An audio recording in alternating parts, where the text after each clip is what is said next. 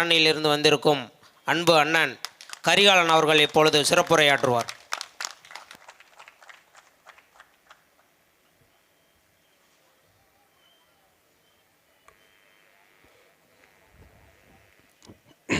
வரலாற்று பெருமிதங்கள் பல நிறைந்த ஆலந்துறையார் கட்டளை எனும் பெருமைக்குரிய இந்த தாய் கிராமத்தில்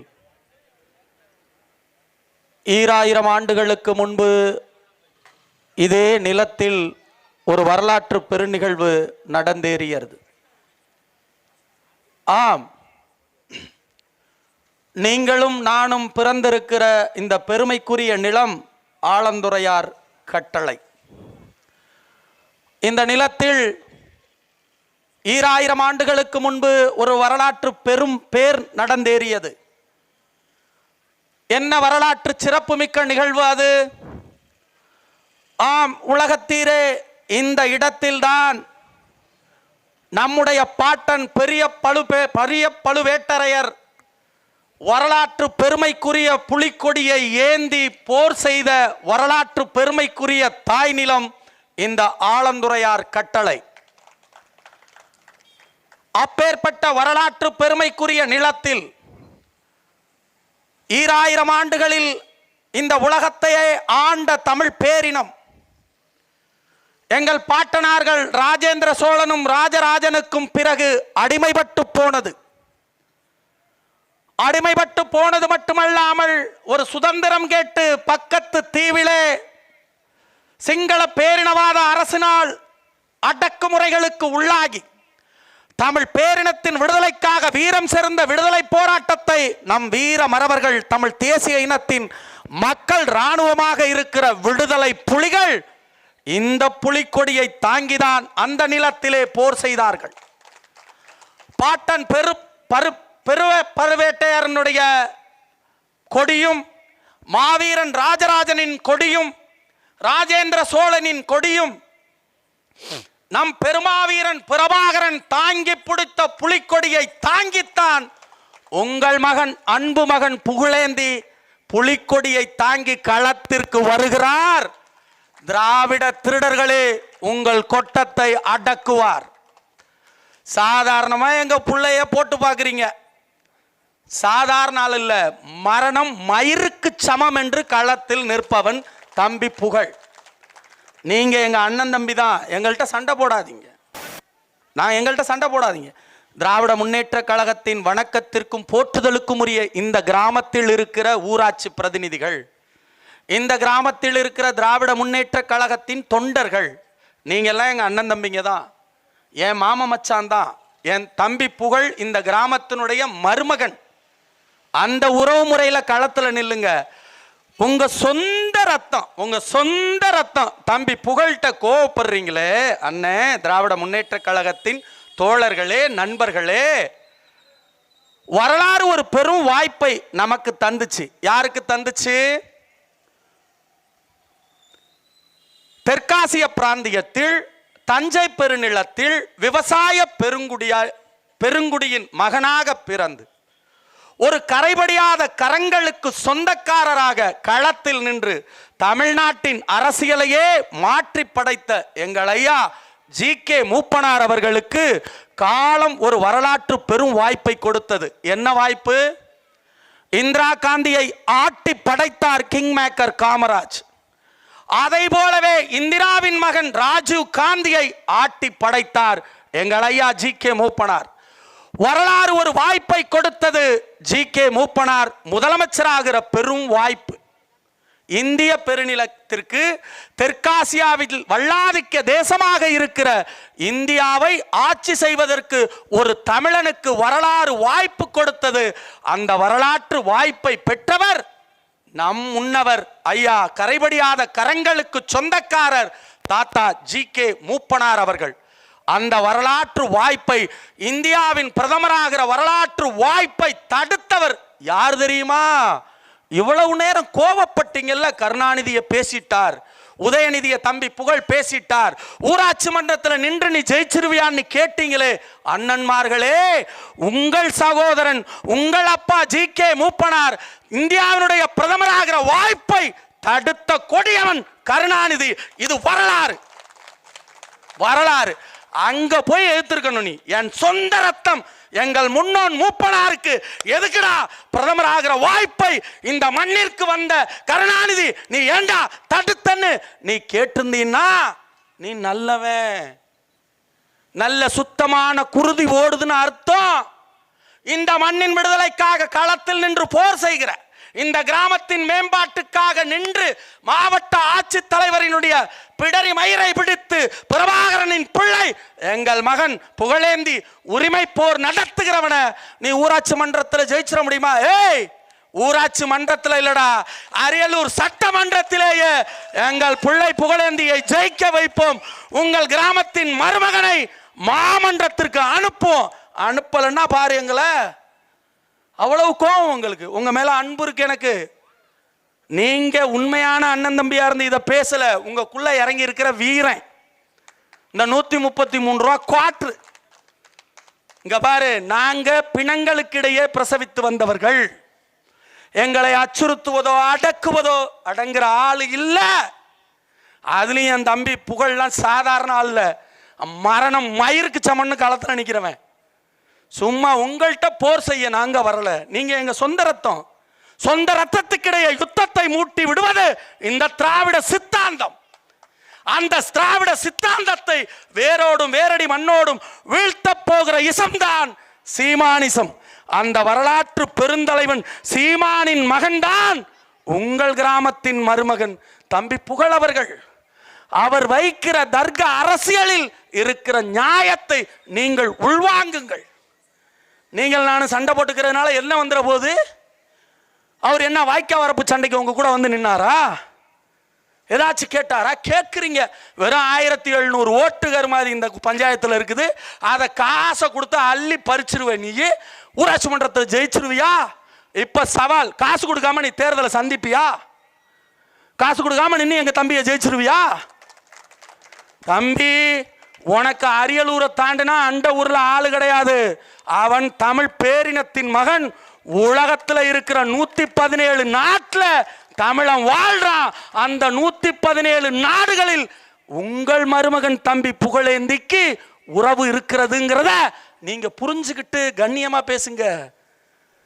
எங்களுக்கு உங்களோட சமர் செய்வதற்கு நாங்கள் வரவில்லை. எங்களுக்கு எண்ணற்ற கனவு இருக்கிறது, எண்ணற்ற கனவு. சாதாரணமான கனவை தாங்கி நாங்கள் களத்தில் நிற்கவில்லை. 2000 ஆண்டுகளுக்கு பிறகு இந்த நிலத்தில் புலிக்கொடி ஓங்கி எழுந்து பறக்க வேண்டும் என்கிற புனித கனவை சுமந்து நிற்கிறோம். 21 நாடுகள் தமிழ் தேசிய திருநாட்டை, தமிழர் நிலத்தை, தமிழீழ திருநாட்டை நிர்மூலமாக்கியது. அந்த தேர்தல், அந்த களத்திலே, அந்த போர் காலத்திலே பிணங்களுக்கிடையே பிரசவித்து வந்தவர்கள் நாங்கள். எங்களோட வரலாறை பத்தி தெரிஞ்சுக்கணும்னா, நாம் தமிழர் கட்சியினுடைய தம்பிமார்களுடைய வீரத்தை பற்றி தெரிந்து கொள்ளணும்னா உள்ளூர்ல இருக்கிற உளவுத்துறை போலீஸ்காரன்ட்ட போய் கேளு நாங்க யாருன்னு. என் மேல 18 வழக்கு ஒன்று இல்லை என்றால் விடியாது கிழக்கு என்று களத்தில் சமர் செய்ய எங்களை கூர்திட்டி இருக்கிறான் எங்கள் தலைவன் அண்ணன் சீமான் அவர்கள். எங்களுக்கு எதிரி நீங்க இல்ல, நீங்க எங்க அண்ணன் தம்பி. எங்களுக்கு எதிரி திராவிட முன்னேற்ற கழகத்தின் தலைவர் பெரும் மரியாதைக்குரிய ஐயா ஸ்டாலின் அவர்கள். அந்த திராவிட சித்தாந்தம் நினைச்சுக்கிட்டு இருக்கிற 1.5% 2% ஓட்டு வச்சிருக்கிறவங்களாம் இன்னைக்கு நாட்டில் எப்படி இருக்கான்? ஓடி போய் அண்ணா அறிவாலயத்தின் கவட்டிக்குள்ள ஒளிஞ்சிக்கிறான். 8% வாக்கு வங்கி வைத்திருக்கிற ஒரு தேசிய இனத்தின் ஜனநாயக கட்சியாக இருக்கிற நாம் தமிழர் கட்சி கொண்ட கொள்கையில் சமரசம் செய்து கொண்டால் எத்தனையோ சுகங்களை நாங்கள் அனுபவிக்க முடியும். ஆனாலும் 2010 மே 18 அன்று, ஆஹா பாருங்கள், உலகத்தை ஆண்ட ராஜராஜனின் கொடி, உலகத்திலே தெற்காசிய பெருநிலம் முழுவதையும் ஆட்சி செய்த புலிக்கொடியை நான் வீழ்த்தி விட்டேன் இலங்கை தீபகற்பத்திலே என்று 2010 மே 18க்கு முதல் நாள் சிங்கள இனவெறி ராஜபக்சே அந்த நிலத்திலே நின்று மண்டியிட்டு கொக்கரித்தான். பிரபாகரனை வீழ்த்தி விட்டோம், இனி தமிழர்கள் எழ முடியாது என்று சொன்னபோது, இல்லை இல்லை, தமிழர்கள் விழப்பிறந்தவர்கள் அல்ல, எழப்பிறந்தவர்கள் என்பதை உணர்த்தும் விதமாக 2010 மே 18 அன்று எங்கள் பாட்டி கண்ணகி நீதி கேட்ட மண்ணிலே தமிழ் தேசிய இனத்தினுடைய மக்கள் ஜனநாயக இராணுவமாக இருக்கிற நாம் தமிழர் கட்சி என்கிற ஒரு கட்சியை உருவாக்கி அன்று நாங்கள் சூளுரைத்தோம்.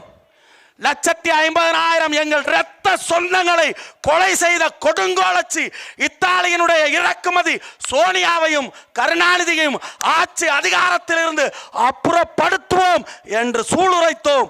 அதே போலவே செத்த போது கருணாநிதி முன்னாள் முதலமைச்சராக செத்தார். இதாண்டா எங்க வரலாறு. நாங்க முடிவு பண்ணோம், எந்த பதவி சுகத்துக்காக என் இனச்சாவை சகித்துக் கொண்டாயோ கருணாநிதி, எந்த உன் தாலி அறுபட்டதற்காக ராஜீவ்காந்தி என்கிற ஒற்றை மரணத்திற்காக 180,000 தமிழச்சியின் தாலியை அறுத்தாயோ சோனியா, உன்னை ஆட்சி அதிகார பீடத்திலிருந்து வீழ்த்துகிறோம் என்று அரணையூர் ஈன்றெடுத்த அணையா பெருநெருப்பு அடங்கா காட்டான் அண்ணன் சீமான் ஒரு சூளுரைத்தார். கருணாநிதியையும் சோனியாவையுமே வீட்டுக்கு அனுப்புகிறாங்க. நீங்களாம் ஏமாத்திரம். எங்களுக்கு தமிழர் என்கிற தேசிய இனம் எழுச்சு கொண்டு நிற்கிறது. அந்த இனம் வெறி கொண்டு நிற்கிறது தமிழ் தேசிய இனத்தின் விடுதலைக்காக. எங்கள் தலைவன் அண்ணன் சீமான் அந்த களத்திலே ஒரு சூளுரைத்தால் திமுக, அதிமுக, காங்கிரஸ், பாஜக இந்த கட்சிகள் எல்லா கட்சிகளும் தமிழ் தேசிய இனத்திற்கு பச்சை துரோகத்தை செய்திருக்கிறது. இந்த கட்சிகளிடத்திலே நான் மட்டுமல்ல, எனக்கு பின்னால் நாம் தமிழர் கட்சியை வழிநடத்த போகிற எவனும் இந்த 4 கட்சிகளோடு கூட்டணி கிடையாது என்று சொன்னார். 2016 முதல் தேர்தலை சந்தித்தோம், தனித்து நின்றோம், 1.2% வாக்குகளை பெற்றோம், 234 தொகுதிகளிலும் நின்றோம், வெற்றி வாய்ப்பை இழந்தோம், கலங்கவில்லை, களத்திற்கு மீண்டும் வந்தோம். மீண்டும் வந்து 3% வாக்குகளை பெற்றோம். அடுத்த தேர்தலிலே 4.5% வாக்குகளை பெற்றோம். அடுத்த தேர்தலிலே நாடாளுமன்ற தேர்தலிலே 6.7% வாக்குகளை பெற்றோம். நடந்து முடிந்த நாடாளுமன்ற தேர்தலிலே இந்த நாட்டில் பெருமைக்குரிய ஜனநாயக இயக்கமாக இருக்கிற நாம் தமிழர் கட்சி 8.2% வாக்குகளை பெற்று உலகத்தின் தலை சிறந்த கட்சியாக தெற்காசிய பிராந்தியத்தில் தனித்து நின்று மக்கள் செல்வாக்கை பெறுகிற கட்சியாக எங்கள் தலைவன் அண்ணன் சீமான் நாம் தமிழர் கட்சியை உருவாக்கி ஒரு இராணுவ கட்டுப்பாடோடு இயக்கி கொண்டிருக்கிறார். எதற்காக? இழந்த உரிமைகளை மீட்க, இருக்கும் உரிமைகளை காக்க, வீழ்ந்து தாழ்ந்து கிடக்கிற தமிழ் சமூகத்தின் எழுச்சிக்காக சமர் செய்து ஒரு தூய தமிழர் அரசை நிறுவ வேண்டும் என்கிற லட்சிய கனவில் நாங்கள் களத்தில் நிற்கிறோம். எங்களுக்கு தெரியாதா, கூட்டணிக்கு போனா சொர்க்கத்தில் வாழலாம், எங்கள் அடுத்த தலைமுறை எங்களை சபிக்கும் என்பதால் தான் எங்கள் அடுத்த தலைமுறை உலகத்தின் தலை சிறந்த தேசிய இனங்களைப் போல எங்கள் தமிழ் சமூகமும் உயர்ந்து செழித்து வாழ வேண்டும். அதற்கு ஒரே வழி தமிழர்கள் தமிழ்நாட்டை ஆள வேண்டும் என்கிற உயரிய லட்சிய கனவோடு களத்தில் நிற்கிறோம். எவன்ட்டையும் சமரசம் கிடையாது. நேத்து கட்சி தொடங்கினவெல்லாம் சமரசம் பண்ணிட்டு பெட்டியும் சீட்டும் வாங்கிட்டு லக்ஸுரியா இருக்கிறான். 15 ஆண்டு கால தியாக வாழ்வு, இன்னும் 50 ஆண்டு காலம் கூட நாங்கள் வாழ தயாராக இருக்கிறோம். நீங்கள் சற்று எச்சரிக்கையாக இருங்கள். நாம் தமிழர் கட்சியை சற்று கருணை கொண்டு பாருங்கள். இந்த கிராமம் எப்பேற்பட்ட கிராமம்? விவசாய பெருமக்கள் நிறைந்து வாழ்கிற மதிப்புமிக்க கிராமம் இந்த கிராமம். ஆனா இந்த கிராமத்தில் விவசாயிகளுடைய இடுபொருட்களுக்கு உரிய விலையையும் உரிய அங்கீகாரத்தை, விவசாயிகளுக்கு உரிய அங்கீகாரத்தை இந்த அரசு கொடுக்குதா? மானாவாரி பயிர் விளைவிக்கிற மதிப்புமிக்க தேசம் இது. பருத்திக்கு உரிய விலையை கொடுக்குறாங்களா? சோளத்துக்கு உரிய விலையை கொடுக்குறாங்களா? சரி, அது விளையிற பொருளை உரிய கொள்முதல் பண்ணி வச்சுக்கிறதுக்கு ஒரு கிடங்கு கட்டி கொடுத்துருக்காங்களா? இல்லையே. எதையுமே செய்யாது இந்த திராவிட திருட்டு கூட்டம் உங்களிடத்திலே வாக்கை பறித்து உங்கள் வாழ்க்கையை அழித்துக் கொண்டிருக்கிறது. இந்த திராவிடத்திற்கு வேட்டு வைப்பதற்காகத்தான் தமிழ் சமூகத்தின் இளைஞர்கள் நாங்கள் கிளர்ந்தெழுந்து நிற்கிறோம். அதிலும் உங்களுக்கு முன்னால் பேசிக்கொண்டிருக்கிற நான் தமிழ்நாட்டின் முதலமைச்சர் தாத்தா ஓமாந்தூர் ராமசாமி ரெட்டியாரின் பேரண்ணா. நீங்கள் ஐயா ஜி.கே. மூப்பனாரின் பேரப்பிள்ளைகள், எங்கள் தாத்தா கக்கனின் பேரப்பிள்ளைகள், காமராஜரின் பேரப்பிள்ளைகள். நீங்கள் இந்த நாட்டை ஆள வேண்டும் என்பதற்காக எங்கள் தலைவன் அண்ணன் சீமான் தனித்து களத்தில் நின்று போராடி வருகிறார்.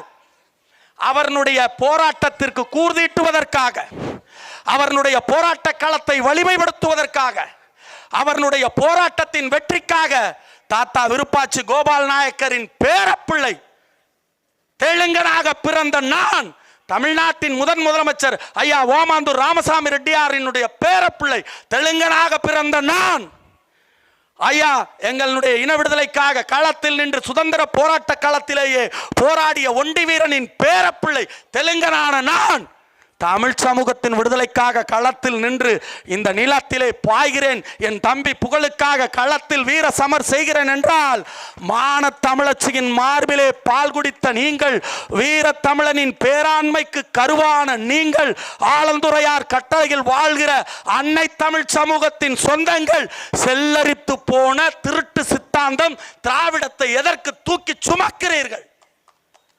எவன்டா திராவிட இங்க? எவன் திராவிடன்? உங்களுக்கு முன்னால் பேசிக் கொண்டிருக்கிற நான் பிறப்பால் ஒரு தெலுங்கன். என்னோடு களத்திலே அமர்ந்திருக்கிற எங்கள் தம்பி புகழேந்தி தமிழ் தேசிய இனத்தின் திருமகன். இந்த இனத்தை, இந்த கட்சியை வலிமைமிக்க மக்கள் ஜனநாயக ராணுவமாக நடத்தி கொண்டிருக்கிற என்னுயிர் தலைவன் அண்ணன் சீமான் தமிழ் தேசிய இனத்தின் மகன். இடையில எவன்டா திராவிட? எவன் திராவிட? இந்த கேள்வியை 60 ஆண்டுகளுக்கு முன்பு எழுப்பி அந்த ஈவேராங்கிற ஈர வெங்காயத்தை தூக்கி போட்டு 4 மிதி எங்கள் முன்னோர்கள் மிதிச்சிருந்தா இவ்வளவு பிரச்சனை உங்களுக்கு வந்திருக்குமா? வெக்கம் இல்லாம திண்டாடி போய் நானும் திராவிடங்கிறது. நான் எப்ப ஆதி திராவிட? நான் ஆதி தமிழன்டா. தமிழங்கிற தேசிய இனத்திற்கு ஒரு திமிர் இருக்கணுமா இல்லையா? நீ திராவிடனாகி போனதுனால தான்டா கருணாநிதி உன் சமூகத்தின் உரிமையாக இருக்கிற தாத்தா ஜி.கே. மூப்பனாருடைய பிரதமராகும் கனவை சிதைத்தான்டா. இது சத்தியம். மறுக்க சொல்றா. நாளைக்கு கூட்டம் போட்டு அண்ணன் சிவசங்கர பேச சொல்றா, சின்னப்பனை பேச சொல்றா, மரியாதைக்குரிய சட்டமன்ற உறுப்பினர் அவர்களை பேச சொல்றா. பார்ப்போம். இனத்திற்கு, தமிழ் சமூகத்திற்கு பச்சை துரோகத்தை திராவிட திருட்டு கூட்டம் செய்து கொண்டிருக்கிறது. இவன் வெறும் இலவசம் கவர்ச்சி திட்டத்தை சொல்லி சொல்லி தமிழ் சமூகத்தை பிச்சை எடுக்கிற நிலைக்கு ஒண்ண விட்டுருக்கான். அங்கெல்லாம் வெக்கப்பட மாட்டேங்கிற, உடையாந்து உழுவுற எங்கள்கிட்ட. நீ சீராத. உன்னகிட்ட சீறி உன்னோட சண்டை போட்டு மோதுகிற அளவுக்கு எங்களுக்கு நேரம் இல்லை. நாங்கள் அரசு எந்திரத்தோடு மோதி கொண்டு இருக்கிறோம். இந்த நாட்டை 60 ஆண்டு காலம் ஆட்சி செய்து சுடுகாடாக மாற்றி இருக்கிற கருணாநிதியின் பட்டத்து இளவரசர் ஐயா ஸ்டாலினோடு மோதுகிறோம். எங்களின் இலக்கும் எதிரியும் பெரிது. நீ அல்லு சில்லு, நீ எல்லாம் வராத, வேணாம். நீ அண்ணன் தம்பி, உன்கிட்ட சமர் செய்ய எனக்கு விருப்பம் இல்லை. எங்களுக்கு புனித கனவு இருக்கிறது. எங்களுக்கு மிகப்பெரிய புனித கனவு இருக்கிறது. அனைத்து தேசிய இனங்களை போற தமிழ் சமூகமும் விடுதலை பெற்று உலகத்தின் தலை சிறந்த இனமாக வாழ வேண்டும் என்கிற புனித கனவு இருக்கு.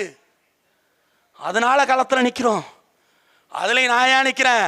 என்னைக்கு என் பிள்ளை பாலச்சந்திரன் அந்த ராணுவ கிடங்குகளுக்குள்ள நின்னுகிட்டு தமிழ் தேசிய இனத்தில் பிரபாகரனின் மகன் என்பதால் மட்டுமே, பிரபாகரன் என்கிற வரலாற்று தலைவன் மகனாக பிறந்ததாலேயே எங்கள் பிள்ளை பாலச்சந்திரனை பச்சை படுகொலை செய்தான் சிங்கள பேரினவாதன்.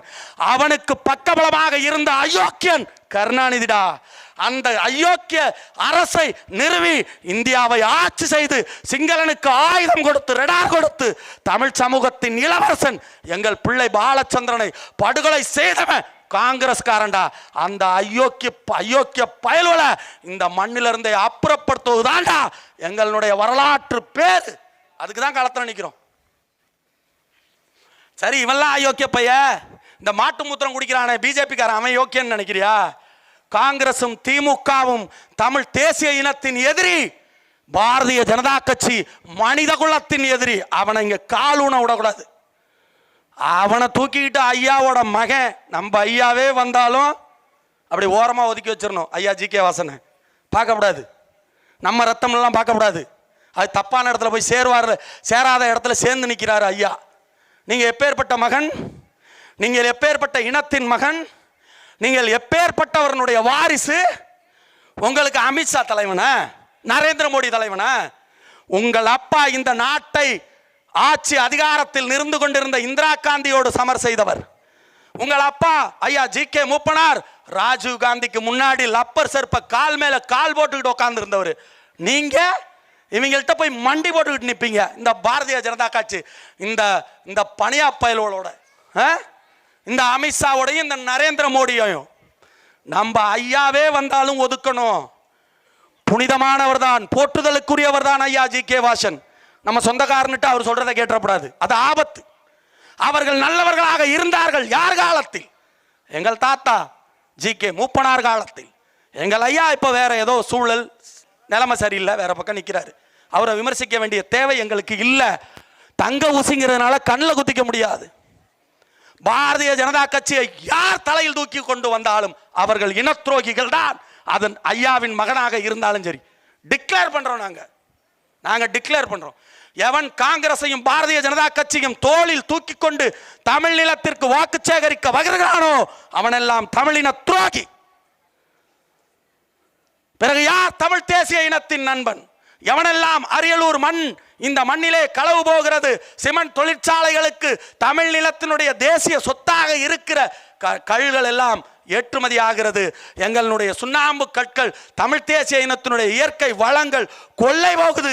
அரியலூர் மக்களுக்கு நுரையீரல் நோய் தொற்று வருகிறது. இந்த நோய் தொற்றை தருபவன் நமக்கு எதிரி. இந்த நோய் தொற்றுக்கு எதிராக களத்தில் நின்று, இந்த குவாரிகளுக்கு எதிராக களத்தில் நின்று, இந்த சிமெண்ட் கம்பெனிகளுக்கு எதிராக களத்தில் நின்று இந்த மண்ணை காக்க துடிப்பவன் எங்கள் தலைவன் அண்ணன் சீமான். அவனுடைய வெற்றி வேட்பாளர் தான் எங்கள் அன்பு பிள்ளை புகழேந்தி அவர்கள். உறுதியா நாங்க வெல்வோம், உறுதியா வெல்வோம். அவன் வர்றான், இவன் வர்றான், நடிகன் வர்றான். இந்த இளைஞர்களுக்கெல்லாம் கொஞ்சம் சொல்றேன், கேட்டுக்கங்க. இந்த ஊர்ல நல்ல அண்ணன் தம்பிங்க எல்லாம் இருப்பீங்க. இந்த ஆர்வ கோளாறு அரைவேக்காடெல்லாம் அந்த நடிகர் வந்துட்டாரு, இந்த நடிகர் வந்துட்டாரு, அவர் வந்தா அப்படியே புரட்டி போட்டுருவாரு. அவர் சொந்த வீட்டில் தன்னோட மனைவியவே பாதுகாப்பா வச்சுக்கிட்டு வாழ தெரியாத ஒரு அப்பாவி அவர்.